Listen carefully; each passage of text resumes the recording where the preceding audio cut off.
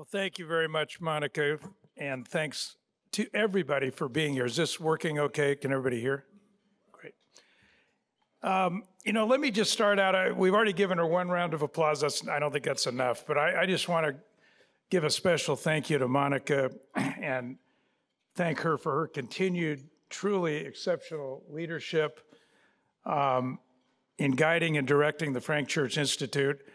Her passion, her commitment, her natural leadership skills that I think we all know very much are there, are just a huge benefit to every one of us involved in this institute and to the university and to the students, most importantly. That's really her first love, and to the community members here and beyond, and really beyond this community, the kind of impact this institute has under Monica's leadership. So let's give another round of applause to Monica Church.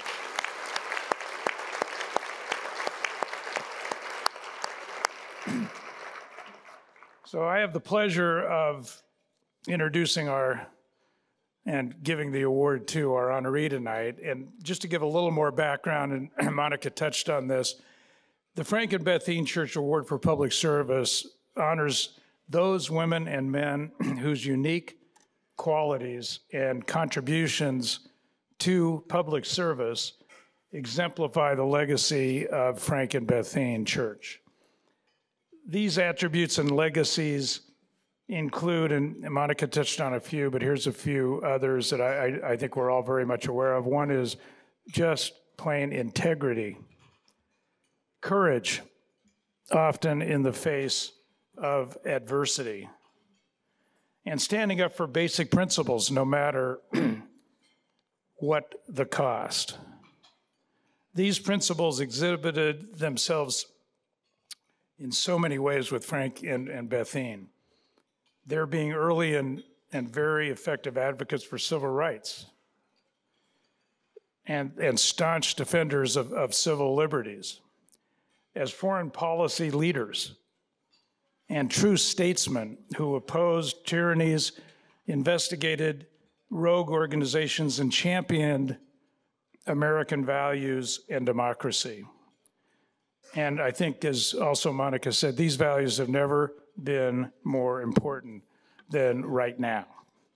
And the Frank Church Institute is proud to be and is committed to furthering Frank and Bethine's legacy and those kinds of values through our work, which leads us to the award. The Frank and Bethine Church Award for Public Service, first of all, has a distinguished list of prior honorees. These include President Joe Biden, Douglas Brinkley, former Boise State President Bob and Kathy Kestra, Congressman and former Defense Secretary Leon Panetta, Governor Cecil Andrus, and Mayor Dave Beater.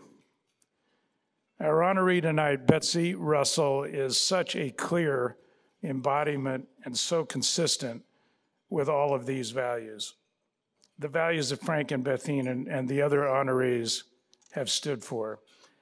Betsy has a long and distinguished career in journalism.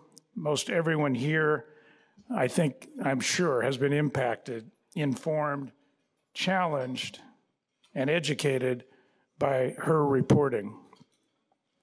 Like everyone here, I always knew that whenever Betsy had a piece in the news, that was the first thing that I would read. And why is that?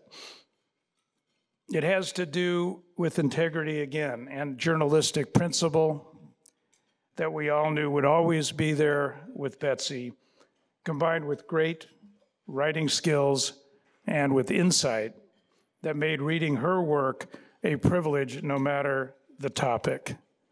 And a lot of the topics were not necessarily the easy ones. We at the Frank Church Institute have as a primary focus addressing the questions relating to our strategic theme: how do democracies survive and thrive in the 21st century? Betsy's career exemplifies the critical and fundamental importance of the press to these questions relating to the future of our democracies. and it's not just our democracies. Journalism is often referred to as the first rough draft of history. This kind of journalism and Betsy's involvement in and support of and for organizations around these values has always been exhibited by her over her 40-year career. It's hard to believe she was in journalism for 40 years. She doesn't look 40 years old. Betsy's belief in the importance of quality journalism to a democratic society, her integrity, her courage, and her ability to not only communicate, but also to genuinely listen. Her caring for people and their point of view are all reasons that we are awarding tonight the 2023 Frank and Bethine Church Award for Public Service to Betsy Russell. Betsy, please come up and accept this award. We are so grateful to you.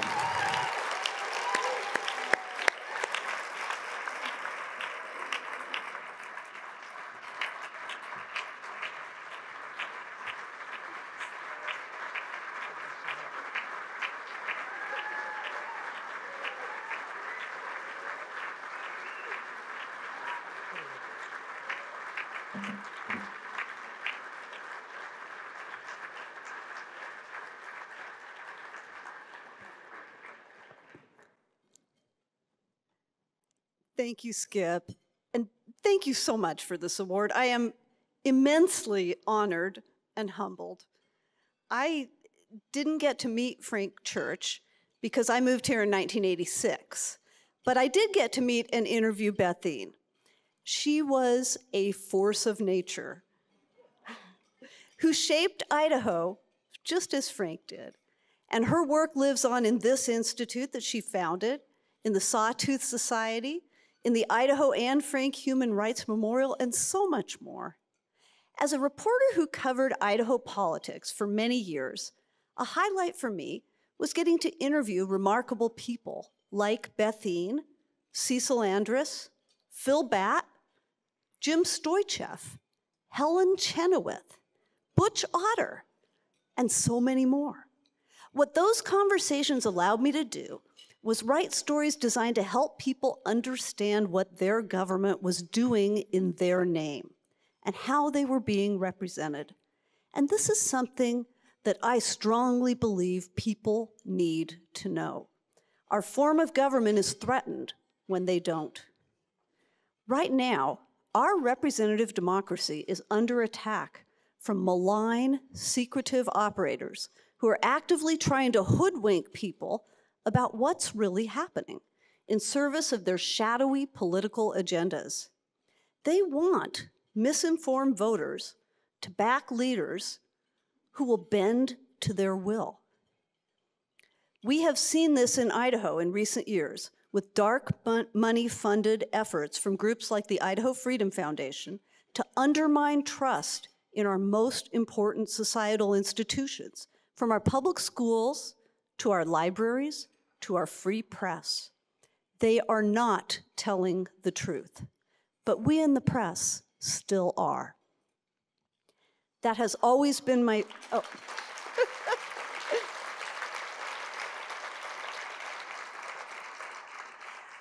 That has always been my mission as a journalist, to seek the truth and report it.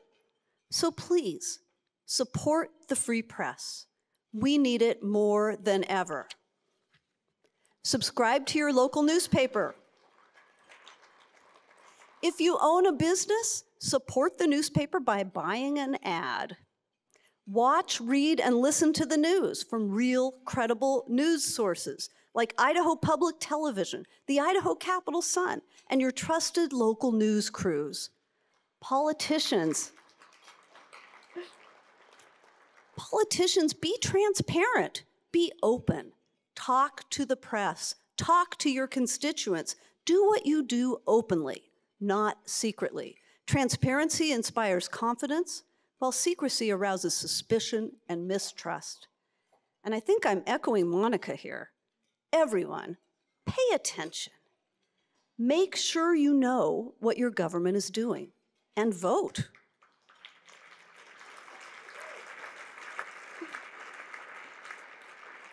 In our free country, we get the government we elect. Our system only works when we have informed citizens who can hold their government accountable.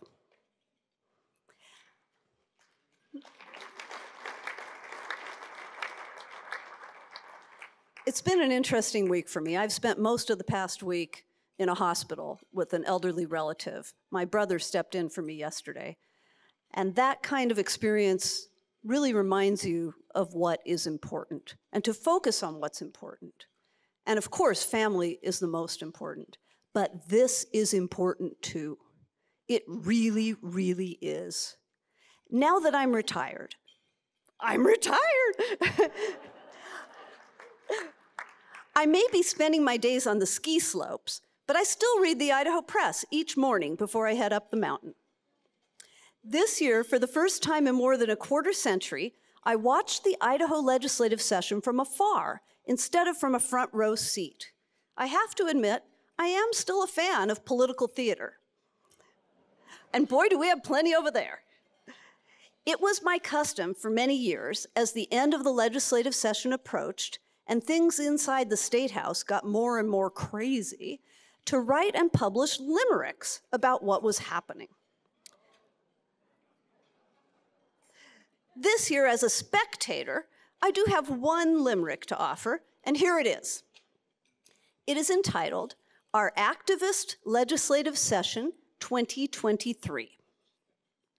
From where every kid should be peeing, to laws that send good doctors fleeing. They twisted the knife, tried to run your whole life. I'm just glad they didn't ban skiing.